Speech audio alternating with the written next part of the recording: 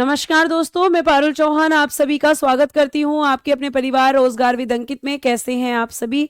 उम्मीद कर रही हूँ आप अच्छे होंगे। अच्छे से आपका रिवीजन चल रहा होगा, पढ़ाई भी आपकी अच्छी चल रही होगी। जल्दी से आप सभी लाइव आ जाएंगे, सेशन के साथ जुड़ जाएंगे ताकि मैं क्लास को स्टार्ट कर सकूं। फटाफट प्यारे बच्चे आप सभी एक बार लाइव आ जाएंगे, जल्दी से जल्दी जल्दी जुड़ जाएंगे सेशन के साथ में। देखते हैं कौन कौन हमारे साथ जुड़ चुका है। सबसे पहले यहाँ पे महक, विशाल, विकास, नेहा, सुमित, मनीष, शिवम, मोहित, इशाक, अंसारी, डिम्पल कुमारी, उसके बाद में मोहम्मद वसीद। सभी को मेरी तरफ से गुड आफ्टरनून, नमस्ते, राधे राधे, नाम राम। प्यारे प्यारे बच्चों, आप सभी को मैं अच्छे से दिख रही हो? आप सभी को यहाँ पे आवाज क्लियर आ रही है? अगर सारी चीजें ओके हैं तो एक बार बेटा थम्स अप बनाकर भेज दें या फिर स्माइली भेज दें, जिससे मुझे पता चलेगा कि भाई सारी चीजें ओके हैं। जैसा कि आप जानते हैं कि कल मैंने आपको प्यारे प्यारे बच्चों ये बताया था कि आपका 1717 में फर्रुखसियर ने क्या दिया था, एक दस्तक पत्र। दस्तक का मतलब होता है कि एक घोषणा पत्र इसने जारी किया था और इस घोषणा पत्र के माध्यम से इसने अंग्रेजों को क्या किया था कि भाई आप बंगाल, बिहार और उड़ीसा में 3000 रुपए वार्षिक कर देकर आप कर मुक्त व्यापार कर सकते हो और आप सूरत में 10,000 रुपए वार्षिक देकर आप वहां पर भी कर मुक्त व्यापार कर सकते हो।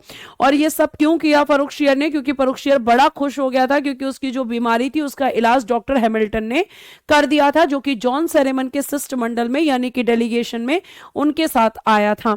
ठीक है, अगर हम बात करते हैं तो ये जो दस्तक पत्र जो कि अभी जारी किया गया है सॉरी, इस दस्तक के माध्यम से, दस्तक कह लीजिए या फिर प्यारे बच्चे इसको घोषणा पत्र कह लीजिए, इसके कारण क्या होगा, इसकी वजह से आपका प्लासी और बक्सर का युद्ध होगा।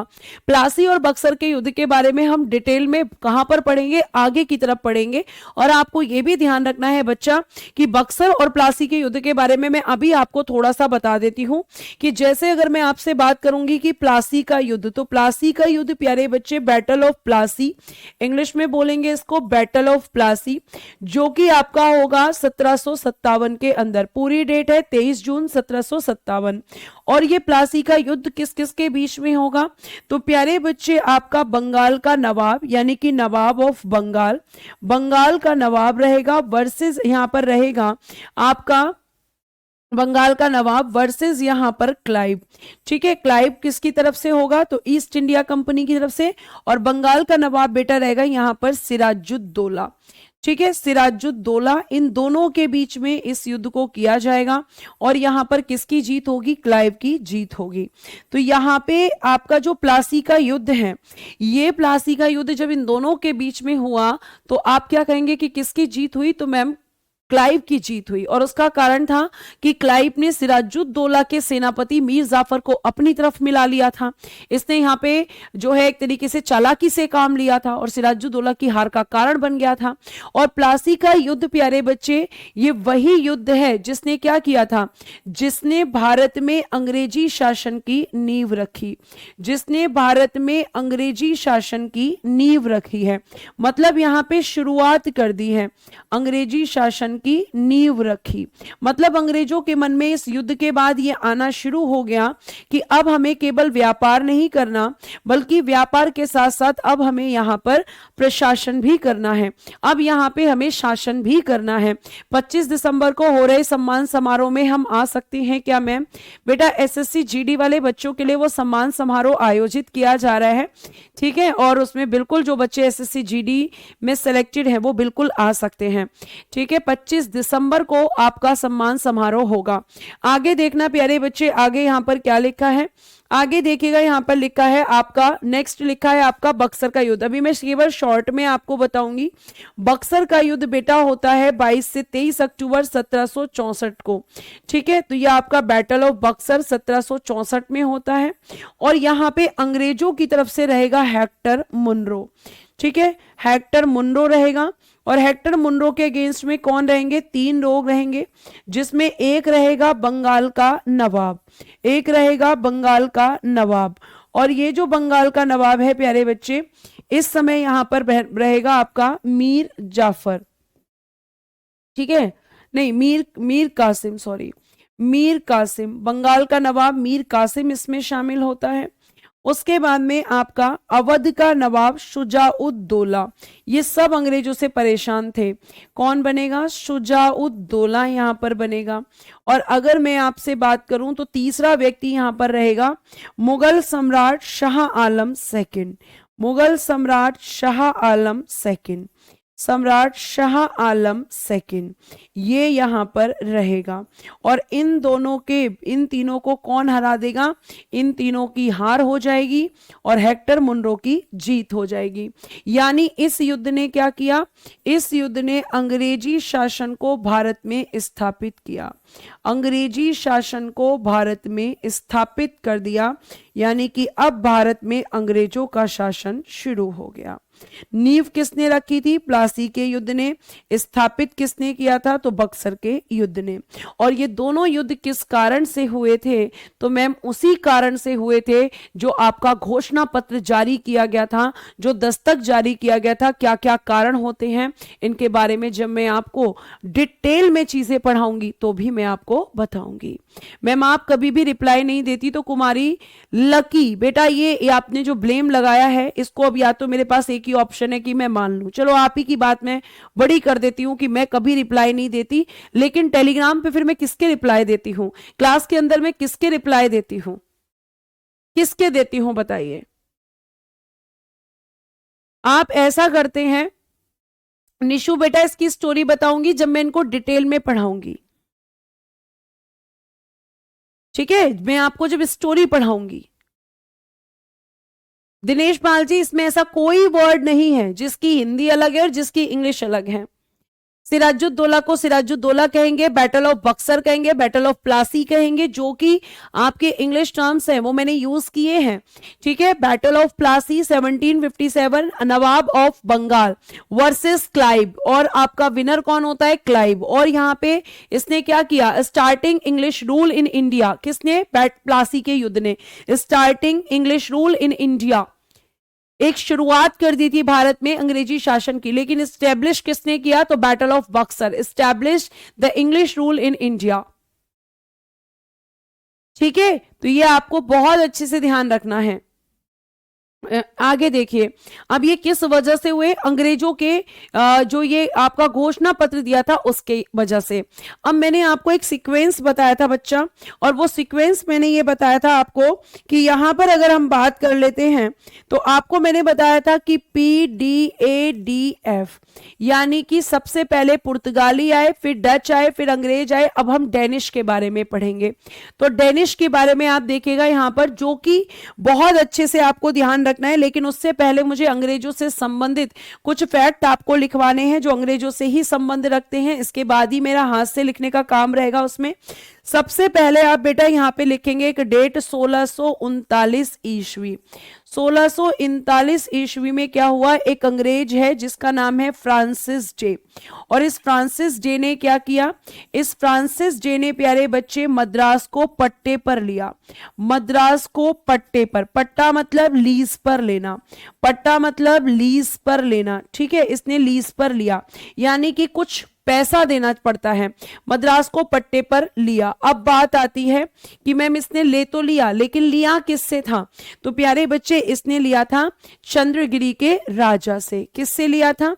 चंद्रगिरी का राजा, किंग ऑफ चंद्रगिरी, ठीक है? चंद्रगिरी का राजा, किंग ऑफ चंद्रगिरी से फ्रांसिस जे ने क्या लीज पर लिया था? मद्रास लिया था। लीज का मतलब होता है रेंट पर कुछ समय के लिए लेना। तो आपका फ्रांसिस जे नामक अंग्रेज अधिकारी ने चंद्रगिरी के राजा से मद्रास को पट्टे पर लिया था। फ्रांसिस जे कौन है? तो मैम एक इंग्लिश ऑफिसर है, एक अंग्रेज अधिकारी है। इंग्लिश वाले बच्चे ध्यान से सुन ले कि मैं इंग्लिश टर्म्स को यूज करती हूं, तो वो आपको ध्यान रखना है। इंग्लिश ऑफिसर कौन है? फ्रांसिस जे। मद्रास क्या है? मद्रास जिसे आज वर्तमान में आप चेन्नई के नाम से जानते हैं। और यहां का किंग कौन था? चंद्रगिरी का राजा दरमेला, ठीक है? दरमेला इसका नाम है। दरमेला हम कह सकते हैं कि इसने इसको लीज पर लिया है। अब लीज पर क्यों लिया है? आखिर क्या इसका कारण था? ठीक है, क्यों लिया गया है? तो आप कहोगे यहां पर कि जो मद्रास है, मद्रास में ये लोग क्यों लेंगे रेंट पर? क्योंकि अब ये यहां पर मद्रास में बनाएंगे अपना एक किला। तो आप यहां पे अगली लाइन लिखेंगे, मद्रास में saint fort George, saint fort George, इसे हम व्हाइट टाउन के नाम से भी जानते हैं। व्हाइट टाउन आपने सुना होगा इसका नाम। तो मद्रास में फोर्ट सेंट जॉर्ज नामक किले का निर्माण करवाया। नामक किले का, किला मतलब फोर्ट, किला मतलब फोर्ट, किले का निर्माण कराया। निर्माण मतलब फॉर्मेशन।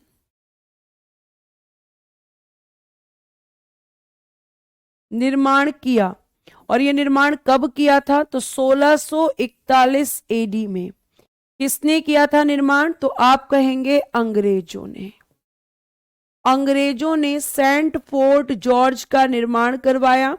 और इसके नीचे बेटा ये भी लिखिएगा कि जो सेंट फोर्ट जॉर्ज है ये एक किला है, और लिखिएगा भारत में अंग्रेजों द्वारा, भारत में अंग्रेजों द्वारा स्थापित प्रथम किला, द्वारा स्थापित, by the English East India company establish the fort of saint fort George. Bharat में अंग्रेजों द्वारा स्थापित प्रथम किला यानी कि first fort, first fort established by the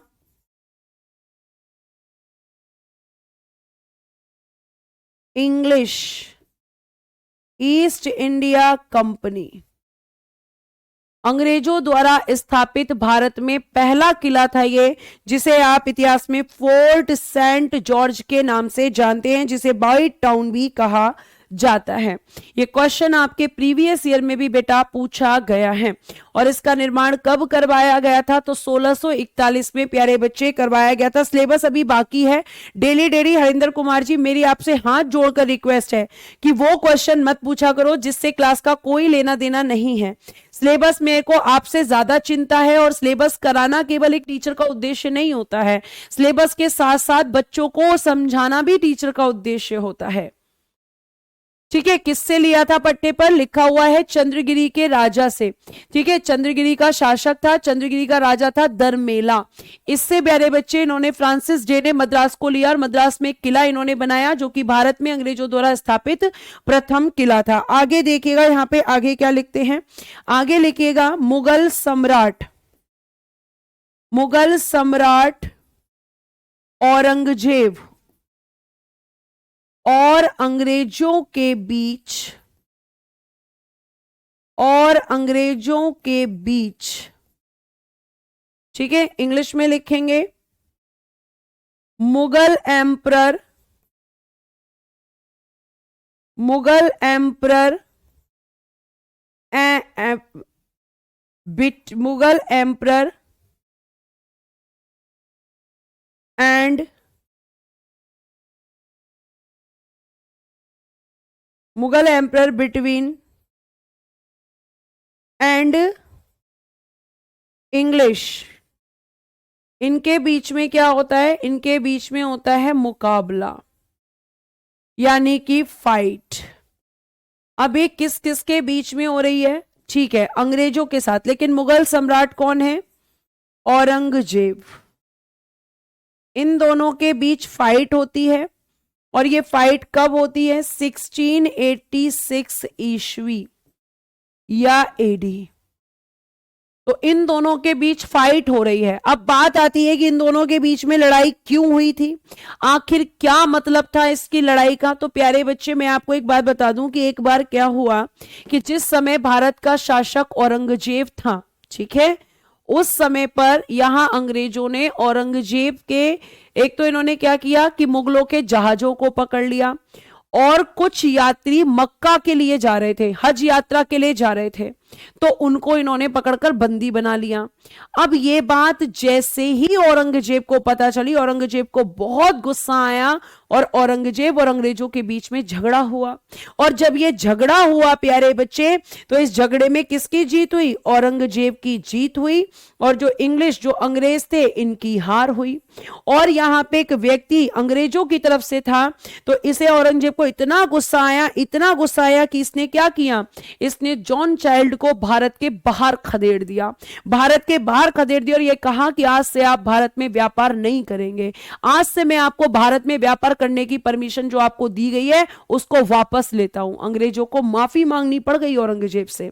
Aurangzeb ने कहा कि किसी भी कीमत पर अब तुम भारत में व्यापार नहीं कर सकते हो, मैं तुम्हें व्यापार करने दूंगा ही नहीं। ये औरंगजेब के समय की बात है, बच्चों को पता ही नहीं होता कि औरंगजेब के समय पर भी कभी ऐसा कुछ हुआ था। जी हां, औरंगजेब ने अंग्रेजों को बाहर खदेड़ दिया था, लेकिन ये अंग्रेज इतने चापलूस थे कि जब इन्हें माफी मांगनी पड़ती थी तो तुरंत हाथ जोड़ के खड़े हो जाते थे, हमें माफ कर दीजिए, हमें माफ कर दीजिए,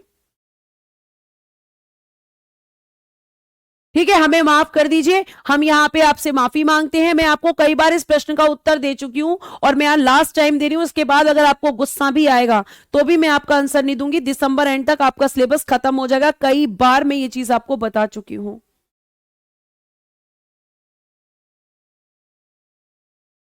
ठीक है, कई बार ये बात बता चुकी हूं। और ये जो मुझ पे फ्रस्ट्रेशन आकर आप अपनी निकालते हो, जैसे आदर्श शुक्ला जी, आप लोगों को अगर ये लगता है कि यहाँ पे टीचर फालतू में बैठा हुआ है, फालतू में पढ़ा हुआ है, फालतू में आपका दिमाग खा रहा है, तो ऐसा बिल्कुल नहीं है। अगर आपको सिलेबस पूरा करना है, एक हफ्ते में सिलेबस पूरा करा दूंगी मैं, लेकिन फिर बाद में मुझसे मत बोलना कि आपने चीजों को अच्छे से नहीं पढ़ाया। ये फिर आप मुझे नहीं बोल सकते हैं, जैसे आप बोल देते हैं अक्सर।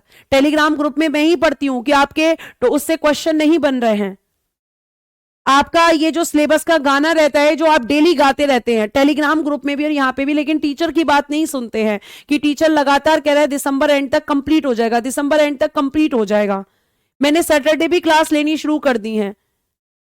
मुझे आपसे ज्यादा चिंता है, मैं आपसे ज्यादा सोचती हूं आपके बारे में। और सैटरडे को कोई क्वेश्चन नहीं कराऊंगी मैं। अगर इस तरह की, सैटरडे को भी मैं क्लास ही लूंगी, क्वेश्चन अब बाद में ही होंगे पूरा सिलेबस खत्म होने के बाद, क्योंकि जो मैंने प्लानिंग की अगर मैं उस प्लानिंग के साथ चली अगर आपके साथ, तो सिलेबस में और भी टाइम लग सकता है, फिर आप मेरा जीना पूरी तरीके से मुश्किल कर दोगे। आते हो क्लास के अंदर कुछ भी बोलते रहते हो, मुझे आकर पूरी फ्रस्ट्रेशन, ऐसा लगता है कि जितनी फ्रस्ट्रेशन होती है आकर आप मुझ पर ही निकालने आए हो। कितने भी अच्छे से आपको पढ़ाओ, कितने भी अच्छे से आपको चीजें समझाओ, उसकी कोई वैल्यू ही नहीं है। हर किसी को यह शिकायत रहती है आप मेरा जवाब नहीं देती, आप मेरा जवाब, फिर मैं टेलीग्राम पे क्या करती हूं, टेलीग्राम पे किसके आंसर्स करती हूं। आप कुछ भी किसी भी टीचर के बारे में लिख देते हैं, कम से कम ये सोचा करिए कि ये भी तो हो सकता है कि टीचर से शायद मेरा आज क्वेश्चन छूट गया हो, वो कल देख लेगा, हम मैं दोबारा टैग कर दूंगा। लेकिन नहीं बेटा, थोड़ी समझदारी लेकर आओ, क्लास में किस तरीके से पेश आना चाहिए वो आपको आना चाहिए। आते हैं और आप मेरे पे फ्रस्ट्रेशन निकालना शुरू कर देते हैं। क्यों भाई, ऐसा क्या कर दिया है मैंने कि जो आप मेरे पे इतना गुस्सा दिखाते हैं हर चीज के लिए, कि मैं आपको अच्छे से पढ़ा रही हूं, ये गलत चीज है। अगर मैं अच्छे से आपको कंटेंट देना चाह रही हूं, अच्छे से आपको चीजें बताना चाह रही हूं, तो ये मेरी गलती है, तो मैं इस गलती को अब सुधारूंगी, आपको अच्छे से नहीं पढ़ाऊंगी, आपको अब जल्दी पढ़ाऊंगी। मैं पढ़ा रही होती हूँ, पूरा फ्लो खराब कर देते हो, इतना कॉपी पेस्ट करते हो, इतना कॉपी पेस्ट करते हो कि भाई हद ही हो जाती है। फिर वही क्वेश्चन आ रहा है कि कब सिलेबस खत्म होगा। अभी मैंने गाना गाया इतनी देर, कमाल कर देते हो बच्चों, बिल्कुल हद कर रखी है आप लोगों ने। वो चीजें आपको अच्छी लगती है कि आधी अधूरी चीजें करवा दी, सिलेबस पूरा हो गया, वाह क्या बात है, मैम ने इतनी जल्दी सिलेबस पूरा कर दिया। लेकिन जब क्वेश्चन नहीं मिलेगा तो उसके बाद में मैम को बोलेंगे, हम तो लिख देंगे टेलीग्राम ग्रुप में कि आपके कंटेंट से एक भी क्वेश्चन नहीं आया। इतिहास बड़ा विषय है बेटा, ये आप ध्यान रखिए इस चीज को, और एक बार अच्छे से पढ़ लीजिए। सैटरडे को कोई पीवाईक्यू अब मैं नहीं कराऊंगी, अब मैं सिर्फ क्वेश्चन नहीं कराऊंगी, सिर्फ सिलेबस कराऊंगी। ठीक है, तो औरंगजेब की जीत हुई, औरंगजेब ने बाहर खदेड़ दिया। फिर औरंगजेब से माफी मांगने लगे, भाई माफ कर दो हमें, हम आगे से ऐसा नहीं करेंगे। और यही औरंगजेब की सबसे बड़ी गलती हो जाती है कि औरंगजेब इनकी बातों में आ जाता है और औरंगजेब इन्हें माफ कर देता है। ठीक है, यहां पे क्या कर देता है, औरंगजेब इनको माफ कर देता है। अच्छा, किसको बाहर घसीटा था औरंगजेब ने, तो लिखेगा कंपनी के गवर्नर कंपनी, कंपनी बेटा ईस्ट इंडिया कंपनी की मैं बात कर रही हूं। ईस्ट इंडिया कंपनी के governor John child, John child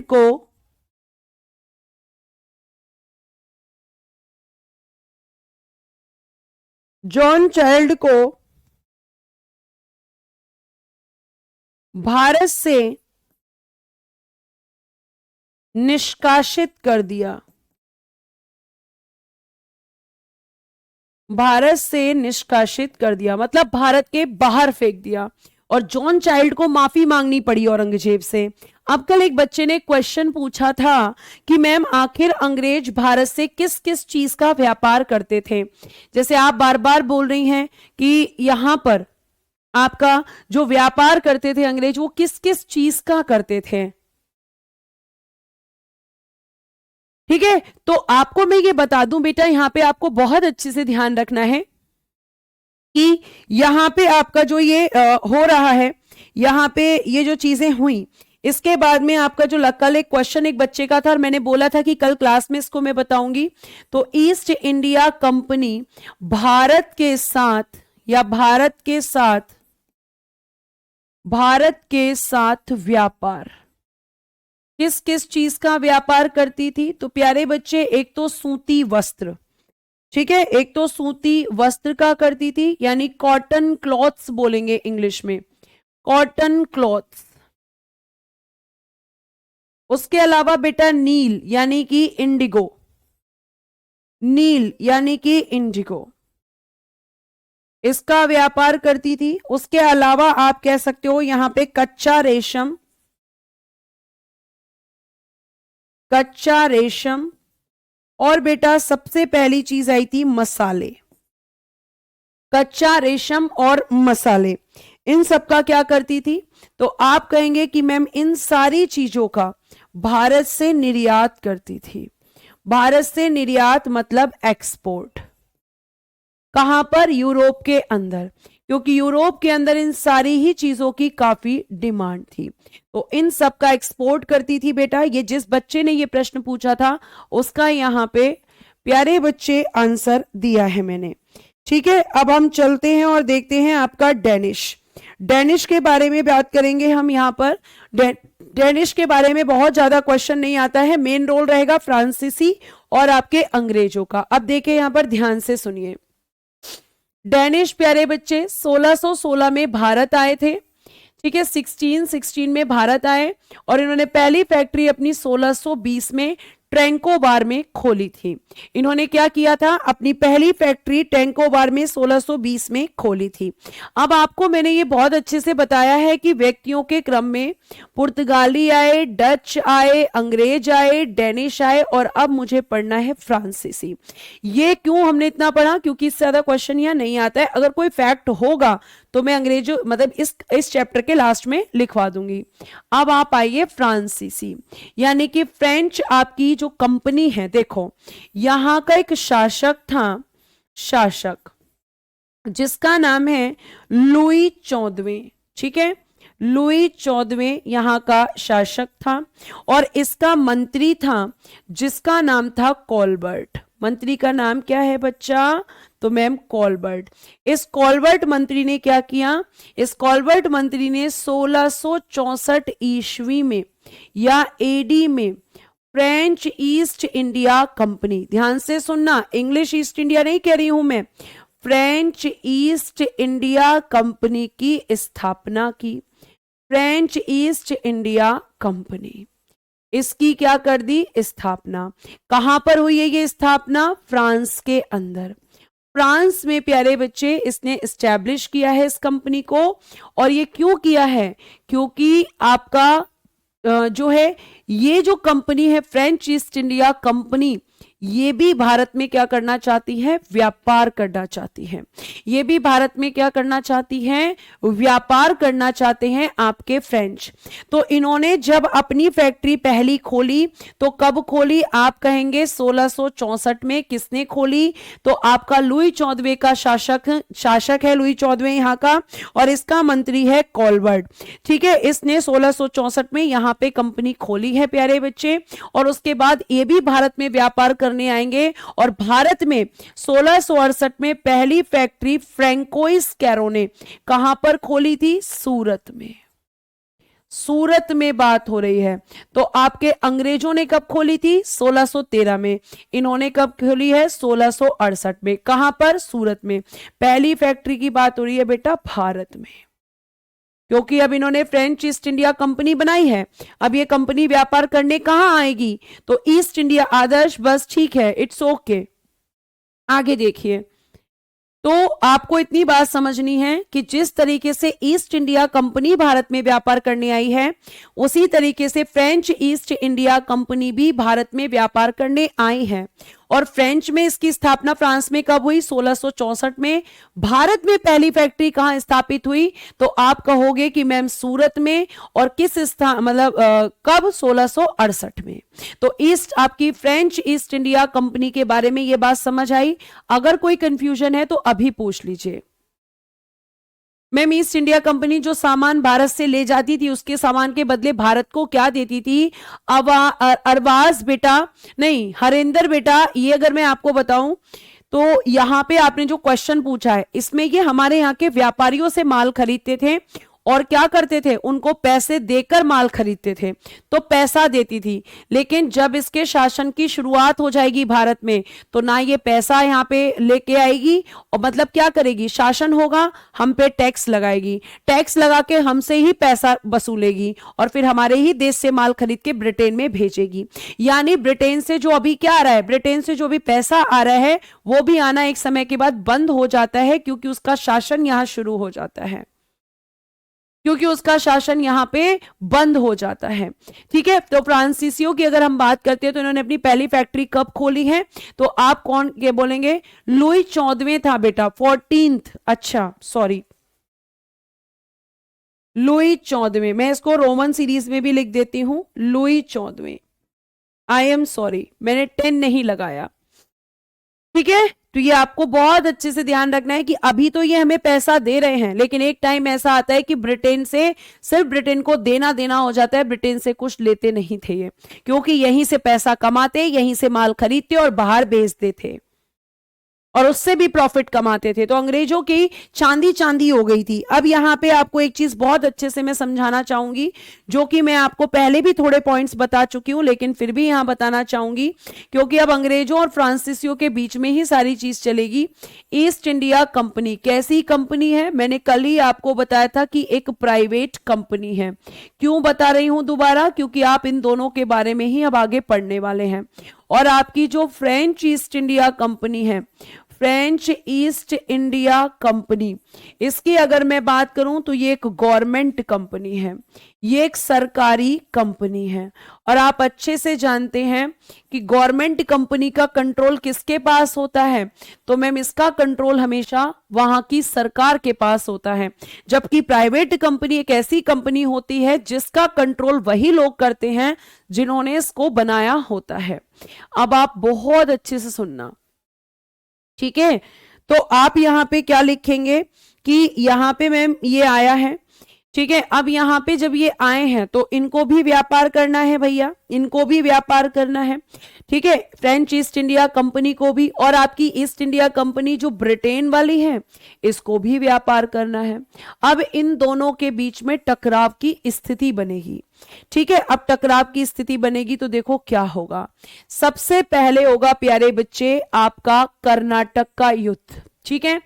अगर हम बात करते हैं तो सबसे पहले आपको पता होना चाहिए कि कर्नाटक की राजधानी क्या है, आप कहोगे कि मैम अर्काट है, ठीक है। कर्नाटक की राजधानी क्या है? तो आप कहोगे कि मैम कर्नाटक की राजधानी अर्काट है।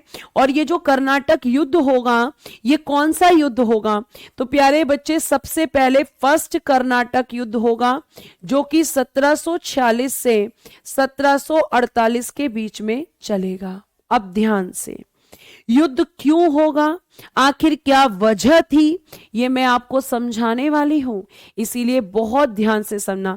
बेटा, लुई 14वें एक नाम है अभिषेक, इसका कोई मतलब नहीं है। लुई 14वें एक नाम है, लुई 14वें एक नाम है बेटा, ठीक है।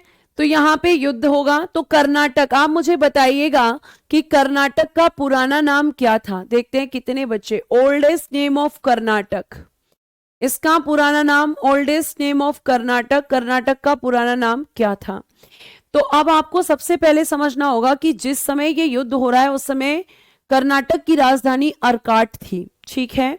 और इस कर्नाटक का जो नवाब था, नवाब ऑफ कर्नाटक अनवरुद्दीन था। और अब यहां पे अंग्रेजों के बारे में सुनो। जिस समय अंग्रेज हैं, तो अंग्रेजों का आपका हेडक्वार्टर कहां है? मद्रास में। और इस मद्रास हेडक्वार्टर का जो गवर्नर है उसका नाम है मोर्स, ठीक है। फिर आप समझो फ्रांसीसी। अब फ्रांसीसियों का हेडक्वार्टर कहां है? पांडिचेरी में। और आपको यह ध्यान रखना है कि मद्रास और पांडिचेरी, ये जो दोनों यहां पे जो पोर्ट हैं, जैसे आपका अंग्रेजों के पास क्या है? मद्रास, फ्रांसीसियों के पास क्या है? पांडिचेरी, ये दोनों ही कर्नाटक के अधीन आते हैं। मतलब एक तरीके से ये किसके एरिया में आ रहे हैं? कर्नाटक के नवाब के एरिया में आ रहे हैं। चीजों को अच्छे से समझना कि कौन सी चीज किसके पास है, ठीक है। बच्चे ने बोला है कि मैम कर्नाटक का पुराना नाम मैसूर था, वेरी गुड, मैसूर था। अब ईस्ट इंडिया कंपनी जो है, इसका हेडक्वार्टर कहां पर है? तो मैम मद्रास में है। और फ्रेंच ईस्ट इंडिया कंपनी का हेडक्वार्टर कहां पर है? तो मैम वो हमारा कह सकते हैं पांडिचेरी के अंदर है। अंग्रेजों के पास में मद्रास के अलावा क्या क्या था? इनके पास में मद्रास के अलावा इनका बंबई पर भी कंट्रोल था। मैंने आपको बताया था कि बंबई इन्हें कहां से मिला था? तो मैम चार्ल्स सेकंड से। चार्ल्स सेकंड को किसने दिया था? तो मैम चार्ल्स सेकंड को पुर्तगालियों ने। और जो फ्रांसीसी हैं, इनके पास पांडिचेरी तो है ही, पांडिचेरी के अलावा इनके पास में आप कहोगे चंद्रनगर है, चंद्रनगर है, माहे है, ठीक है, माहे है, कराईकल है, माहे, कराईकल, और एक नाम और लिखिएगा सूरत। ये फ्रांसीसियों के केंद्र हैं और ये अंग्रेजों के केंद्र हैं। आप क्यों बता रही हैं? आपने ये क्यों बताया कि कर्नाटक जो है इसके नवाब के अधीन इनके दो आपके हेडक्वार्टर्स आते हैं, मद्रास और पांडिचेरी। अब आपको समझ में आएगा कि क्यों बताया गया है। आगे देखिए, अब यहां क्या लिखा है? पहला कर्नाटक युद्ध 1746 से 1748। अब बच्चा सोच रहा होगा युद्ध क्यों हुआ, आखिर क्या जरूरत थी युद्ध करने की, क्यों लड़ रहे थे ये लोग आपस में? तो यहां कारण क्या लिखा है बेटा? कारण लिखा है कि ऑस्ट्रिया का युद्ध। अब ये ऑस्ट्रिया क्या भारत में आता है? क्या मैं भारत का कोई स्थान था? तो कितने बच्चे ये बोलते हैं कि यस, ऑस्ट्रिया भारत का स्थान था? तो आप बताओ जल्दी से, यस या नो। मैं इधर लिख रही हूं ऑस्ट्रिया, बताओ ऑस्ट्रिया भारत में आता था क्या? और अगर भारत में आता था तो इस पे किसका अधिकार था? बताइए जल्दी से। आपसे जब तक इस प्रश्न का उत्तर नहीं मिलेगा मैं यहां पे आगे नहीं बढ़ूंगी। ऑस्ट्रिया भारत के अंदर आता है या बाहर आता है? फिर मैं आपको समझाऊंगी कि युद्ध क्यों हो रहा है। No ma'am, no ma'am. देखो, बिल्कुल सही है, क्योंकि ऑस्ट्रिया एक देश है और ऑस्ट्रिया की, प्यारे बच्चे, कैपिटल ऑफ ऑस्ट्रिया यानी कि राजधानी, कैपिटल ऑफ ऑस्ट्रिया क्या है प्यारे बच्चे? तो आप कहेंगे वियना। ये कैपिटल ऑफ ऑस्ट्रिया है, ठीक है। बहुत बढ़िया, नो मैम, नो मैम, शाबाश। अब ये ऑस्ट्रिया जब भारत के बाहर है तो भारत में क्यों इसके कारण युद्ध हो रहा है मैम? समझ नहीं आ रहा है? सुनिए, जैसे आपने देखा होगा कि अगर आपके रिश्तेदार हैं और एक दूसरे के रिश्तेदार हैं, मतलब अगर दूर के रिश्तेदारों में आपस में झगड़ा होता है तो आप जिस रिश्तेदार के करीब होते हो आपका भी झगड़ा हो जाता है, उनका झगड़ा, मतलब दूर दूर तक रिश्तेदारियों में झगड़े शुरू हो जाते हैं। एक झगड़े से क्या होता है, कई जगह पर झगड़े शुरू हो जाते हैं। तो ऐसे ही यहां पे मैं ये बताने की कोशिश कर रही हूं कि जब फ्रांसीसी और अंग्रेज जिस जिस जगह पर व्यापार कर रहे थे, तो जहां जहां उनका जिस जिस जगह व्यापार था तो उसमें से एक देश ऑस्ट्रिया भी था। ऑस्ट्रिया में भी फ्रांसीसी और अंग्रेजों के बीच व्यापार चल रहा था और वहां पे इनका झगड़ा शुरू हुआ, और झगड़ा शुरू हुआ था ऑस्ट्रिया युद्ध के कारण। तो जब ये भारत में भी इसका प्रभाव पड़ा, भारत में क्यों पड़ा, क्योंकि ये भारत में भी साथ में व्यापार कर रहे हैं, यहां पर भी इनका झगड़ा हो रहा है। तो जब ऑस्ट्रिया में झगड़ा शुरू हुआ तो भारत में भी झगड़ा शुरू हुआ। और झगड़े की शुरुआत भारत में कैसे हुई, तो भारत में प्यारे बच्चे तात्कालिक कारण की अगर हम बात करें, इमीडिएट कॉज की अगर हम बात करें, तो अंग्रेज बर्नौट ने 2 फ्रेंच जलपोत अपने कब्जे में लिए और जला दिए। यानी किसने किसके जहाजों को जला दिया, तो आप कहोगे कि मैम फ्रांसीसियों ने, जो फ्रांसीसियों के जहाज थे उन्हें अंग्रेजों ने जला दिया। अब कोई जबरदस्ती आपकी नुकसान करे, आपके घर की कोई चीज तोड़ दे या आपको मार पीट कर दे, तो आप क्या कहोगे, मैं भी बदला लूंगा, मैं छोड़ूंगा नहीं, ऐसे बोलते हो, या मैं छोड़ूंगी नहीं। कब, जब बिना मतलब के आपसे पंगे लिए जाते हैं। तो यहां पे किसने पंगा लिया है, जो ऑस्ट्रेलिया का युद्ध हो रहा था उसको अंग्रेजों ने भारत में घसीट दिया। अंग्रेजों ने फ्रांसीसियों के जहाजों को पकड़ा और उन्हें जला दिया, केवल पकड़ा ही नहीं जला भी दिया। अब यहां जलाया तो फिर यहां पे फ्रांसीसियों ने कहा कि हम भी तुम्हें छोड़ेंगे नहीं। अब जब यहां छोड़ेंगे नहीं तो आखिर कैसे, अब देखो 1741 में डुप्ले भारत आया। अब ये डुप्ले कौन है, तो डुप्ले फ्रांसीसी गवर्नर है। डुप्ले कौन है, फ्रांसीसी गवर्नर है। यानी जिस समय भारत में कर्नाटक युद्ध होगा उस समय फ्रांसीसी गवर्नर कौन है, डुप्ले है। डुप्ले ने कहा कि अच्छा तुमने हमारे जहाज पकड़े हैं तो हम तुम्हें छोड़ेंगे नहीं। अब डुप्ले क्या करेगा, डुप्ले ने ला बुडाने की मदद से मद्रास को अपने कब्जे में ले लिया। जल्दी से बताओ मद्रास किसका हेडक्वार्टर था, जल्दी से बताओ मद्रास किसका हेडक्वार्टर था। अब डुप्ले ने, अब मैम ये ला बुडाने कौन है, तो ला बुडाने मॉरिशस का गवर्नर है, और मॉरिशस का गवर्नर किसका, फ्रांसीसियों का।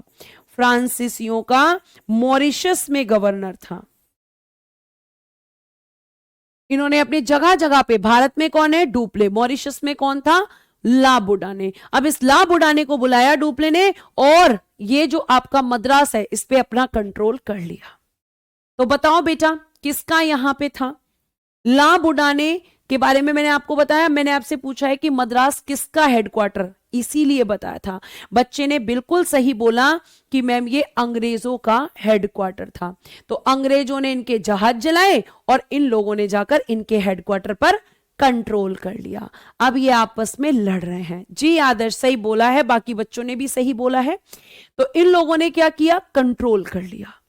अब यहां झगड़ा और बढ़ गया। अब नवाब को पता चल रहा है, नवाब कह रहा है बताओ भाई मेरा क्षेत्र है, मेरे क्षेत्र में लड़ रहे हैं और मुझे कुछ पता ही नहीं है, आपस में लड़ रहे हैं, जगह जगह बदल रहे हैं, कंट्रोल कर रहे हैं, मुझे कोई पूछ ही नहीं रहा। नवाब को गुस्सा आता है। अब डुप्ले को ये बात पता चल जाती है। अब डुप्ले के बारे में सुनो बेटा, डुप्ले बहुत ही ईमानदार व्यक्ति था। वो भारत के लिए मैं नहीं कह रही, लेकिन अपनी कंपनी के लिए। डुप्ले एक ऐसा सरकारी अधिकारी था जो कंपनी के हित के बारे में सोचता था। वरना आपने देखा होगा कि गवर्नमेंट एम्प्लॉयज जो होते हैं उनकी काम करने की एनर्जी कहीं ना कहीं कम होती है। जैसे आप स्कूल टीचर्स को ले लीजिए, गवर्नमेंट स्कूल टीचर्स आपने देखे होंगे कई लोग तो सोकर अपना टाइम निकालते हैं, कई लोग फोन पर बात करके अपना टाइम निकालते हैं। बच्चे जो कर रहे हैं करते रहो, ऐसा होता है, गलत तो नहीं है। तो जो सरकारी लोग होते हैं ना वो कम मेहनती होते हैं। उन्हें ये लगता है कि ठीक है मैं अगर पढ़ाऊंगा तो भी सैलरी आएगी, नहीं पढ़ाऊंगा तो भी सैलरी आएगी, सैलरी तो आएगी ही आएगी। लेकिन डुप्ले ऐसा नहीं था। डुप्ले बहुत ईमानदार व्यक्ति था और कंपनी के हित में, और इसकी ईमानदारी ही बेटा इसके मुसीबत का कारण बनेगी, इसकी ईमानदारी ही इसको भारत से बाहर लेकर जाएगी। अब यहां पे क्या हुआ, पूरी चीजें बन गई। अब नवाब को डुप्ले ने क्या लिखा, लेटर। अरे भैया नवाब, आप गुस्सा मत होइए, अरे हम तो आपके लिए ही लड़ रहे हैं, हम आपको ही तो देंगे ये मद्रास, हमने आपके लिए ही जीता है, हम आपको दे देंगे। नवाब खुश हो जाए, अच्छा मेरे लिए ठीक है, फिर तुम लड़ो आपस में, कोई दिक्कत नहीं है।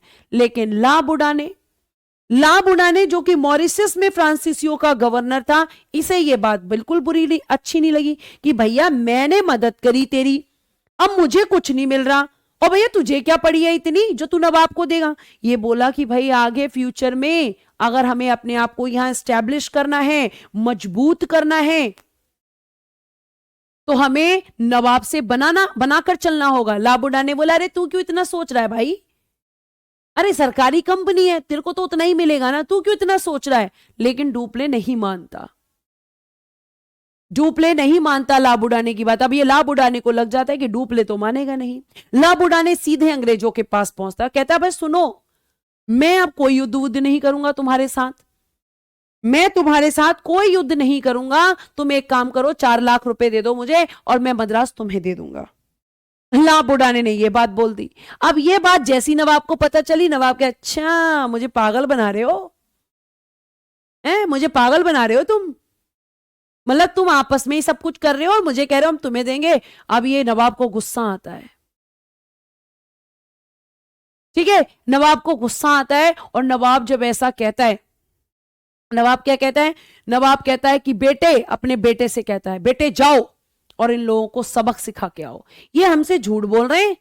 अब यहां पे बेटा युद्ध शुरू होगा, और उस युद्ध में देखिएगा क्या लिखा है, इसी कर्नाटक युद्ध के बीच में सेंट टोमे का युद्ध।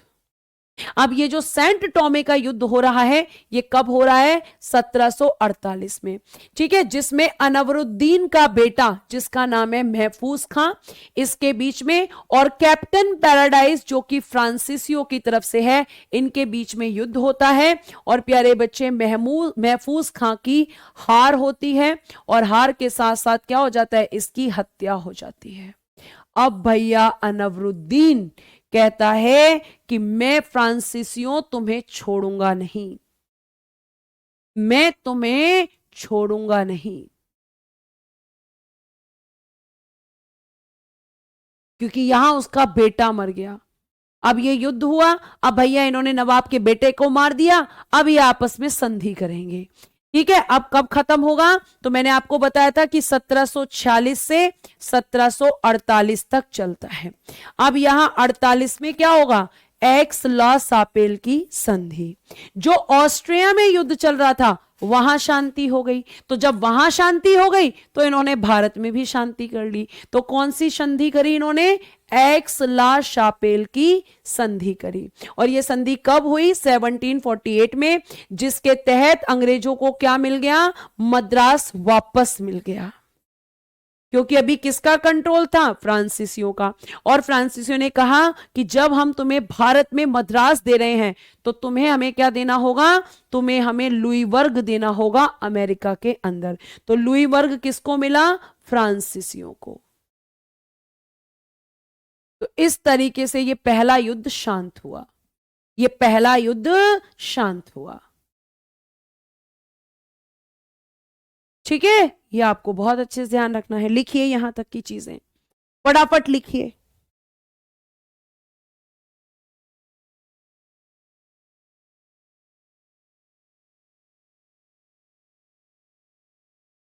ठीक है, लिखिए फटाफट से। फिर कर्नाटक का दूसरा युद्ध मैं आपको पढ़ाऊंगी, ये मैं आपको पढ़ाऊंगी कल। आज आप इतना लिखिए फटाफट, एक बार मैं रिवीजन करा देती हूं। कर्नाटक का दूसरा युद्ध मैं आपको कल पढ़ाऊंगी, ठीक है। अब देखो मैंने आज आपको क्या पढ़ाया, पहले मैंने आपको पढ़ाया घोषणा पत्र। इस घोषणा पत्र के कारण जो कि फर्रुखशियर ने 1717 में जारी किया था, ठीक है। इस आपके घोषणा पत्र के कारण क्या हुआ बेटा, तो इस घोषणा पत्र के कारण प्लासी का युद्ध 1757 में नवाब सिराजुद्दौला और क्लाइव के बीच हुआ, जिसमें नवाब की हार और क्लाइव की जीत हुई। फिर दूसरा युद्ध बक्सर का युद्ध हुआ, जिसमें फिर से अंग्रेजों की जीत और बंगाल के नवाब, अवध के नवाब और शाह आलम तृतीय की हार हुई। ठीक है। उसके बाद प्यारे बच्चे अगर हम बात करें तो यहां पे आपको मैंने बताया 1639 में फ्रांसिस जे ने चंद्रगिरी के राजा से मद्रास को लीज पर लिया था, और वहां पर उसने क्या किया, सेंट फोर्ट जॉर्ज यहां पे अंग्रेजों ने किला बनाया, जिसे व्हाइट टाउन के नाम से भी जाना जाता है। ठीक है। और इस किले को हम ये कहेंगे कि अंग्रेजों का भारत में निर्मित ये पहला किला था। ठीक है। उसके बाद प्यारे बच्चे यहां पर मुगल सम्राट और अंग्रेजों के बीच में भी झगड़ा एक बार हुआ, जिसमें आपके अंग्रेजों ने क्या किया था कि मक्का जाने वाले हज यात्रियों को और साथ साथ मुगल सम्राट के कुछ जहाजों को इन्होंने रोक लिया था, जिसके कारण औरंगजेब को गुस्सा आया और उसने अंग्रेजों की जो फैक्ट्रियां थी उन पे कंट्रोल किया और जॉन चाइल्ड को भारत से बाहर निष्कासित कर दिया और कहा अंग्रेजों से कि आज से तुम्हें भारत में व्यापार करने के जो अधिकार मिले हुए थे वो मैं वापस लेता हूं। तो औरंगजेब से इसने जॉन चाइल्ड ने माफी मांगी, औरंगजेब ने इसे माफ कर दिया, और यही औरंगजेब की सबसे बड़ी गलती थी। औरंगजेब को इसे माफ नहीं करना चाहिए था, बल्कि भारत के बाहर खदेड़ देना चाहिए था। अब एक बच्चे ने मुझसे क्वेश्चन पूछा था टेलीग्राम ग्रुप में कि ईस्ट इंडिया कंपनी भारत के साथ क्या व्यापार करती थी, तो सूती वस्त्र, नील और कच्चा रेशम और मसाले, ये 3-4 चीजों का व्यापार यहाँ पे इसने किया। मतलब ये भारत में इनको जो है उगवाती थी और फिर उसके बाद में यूरोप में जो ये डिमांड्स थी इनको वहां फुलफिल करती थी। और मैम यहाँ पे एक बच्चे ने आज ही क्वेश्चन पूछा कि इनको बदले में क्या मिलता था भारत के लोगों को, तो पैसा मिलता था, पैसे में खरीदती थी। लेकिन एक टाइम ऐसा आ गया कि ईस्ट इंडिया कंपनी ने क्या किया, पूरा का पूरा यहां पे कंट्रोल कर लिया चीजों को, और कंट्रोल करने के बाद में क्या किया, यहां से ही पैसा कमाती थी, यहीं से माल खरीदती थी, और यहां से पूरा का पूरा जो पैसा है बाहर एक तरीके से फ्लो हो रहा है पैसे का भी। ठीक है। आगे देखिएगा प्यारे बच्चे, आगे अगर हम बात करेंगे तो फिर डेनिश आए। डेनिश 1616 में भारत आए और पहली फैक्ट्री उन्होंने आपका 1620 में ट्रैंकोबोर में यहां पे खोली थी। ठीक है। बिल्कुल आदर्श शुक्ला जी। आगे फ्रांसीसियों की अगर हम बात करेंगे तो फ्रेंच ईस्ट इंडिया कंपनी की स्थापना 1664 में आपके लुई 14वें के मंत्री कॉलबर्ट ने कर दी थी, और यहां पे पहली फैक्ट्री भारत में इन्होंने सूरत में खोली थी, अंग्रेजों ने भी सूरत में खोली थी। अंग्रेजों ने 1613 में और इन्होंने 1668 में किसने खोली है, फ्रैंकोइस केरो ने। उसके बाद में प्यारे बच्चे आपको मैंने ये बताया कि आपका कर्नाटक का नवाब कौन था, कर्नाटक की राजधानी अर्काट थी। ठीक है। अंग्रेजों के कंट्रोल में क्या क्या चीजें थी और आपके फ्रांसीसियों के कंट्रोल में क्या क्या चीजें थी। जैसे अंग्रेजों के कंट्रोल में उनका हेडक्वार्टर मद्रास था और फ्रांसीसियों का पांडिचेरी था। इसके अलावा बंबई और कलकत्ता अंग्रेजों के कंट्रोल में थी, और उसके साथ आपके पांडिचेरी के अलावा फ्रांसीसियों के पास चंद्रनगर था, माहे था, कराईकल था और सूरत था। ठीक है। अब उसमें क्या हुआ कि यहां पे मद्रास पांडिचेरी के जो बंदरगाह थे वो किसके अधीन आते थे, कर्नाटक के नवाब के अधीन आते थे। उसके बाद मैंने आपको बताया कर्नाटक का पहला युद्ध का कारण था ऑस्ट्रिया उत्तराधिकार का युद्ध, जो कि अंग्रेजों और फ्रांसीसियों के बीच में ऑस्ट्रिया में स्टार्ट हुआ था, जिसका प्रभाव भारत में पड़ा, और भारत में प्रभाव पड़ने के कारण अंग्रेज अधिकारी बर्नोट ने 2 फ्रेंच जलपोत फ्रांसीसियों के पकड़ लिए और उन्हें जला दिया। इस चीज पे फ्रांसीसियों को गुस्सा आया और फ्रांसीसियों ने इनके हेडक्वार्टर मद्रास पर कब्जा कर लिया, और कब्जा करने के बाद यहां पे किसकी हेल्प से, तो डुप्ले और ला बुडाने ने मिलकर किया। ठीक है। उसके बाद सैन टोमे का युद्ध हुआ, जिसमें नवाब का बेटा महफूज खां जिसकी मृत्यु हुई, ये युद्ध महफूज खां और आपके कैप्टन पैराडाइज जो कि फ्रांसीसियों की तरफ से था इनके बीच में हुआ। फिर 1748 में प्यारे बच्चे एक्स ला शॉपेल की संधि हुई, जिसमें आपके फ्रांसीसियों को अमेरिका का लुई वर्ग मिला और आपके भारत में अंग्रेजों को मद्रास वापस मिल गया। अब हम कल करेंगे 1700 क्या कहते हैं दूसरा कर्नाटक का युद्ध, जो कि 1749 से 54 तक चलेगा, और यहां पे आप देखेंगे कि अंग्रेज किस तरीके से भारतीय राजनीति में, भारतीय प्रशासन में अपनी दखलंदाजी कर रहे हैं। तो आज के लिए प्यारे बच्चे धन्यवाद। ठीक है जी। ठीक है। आज के लिए धन्यवाद। Bye bye, take care and good day everyone. जय हिंद, जय भारत। हंसते रहो, मुस्कुराते रहो और हमेशा खुश रहो।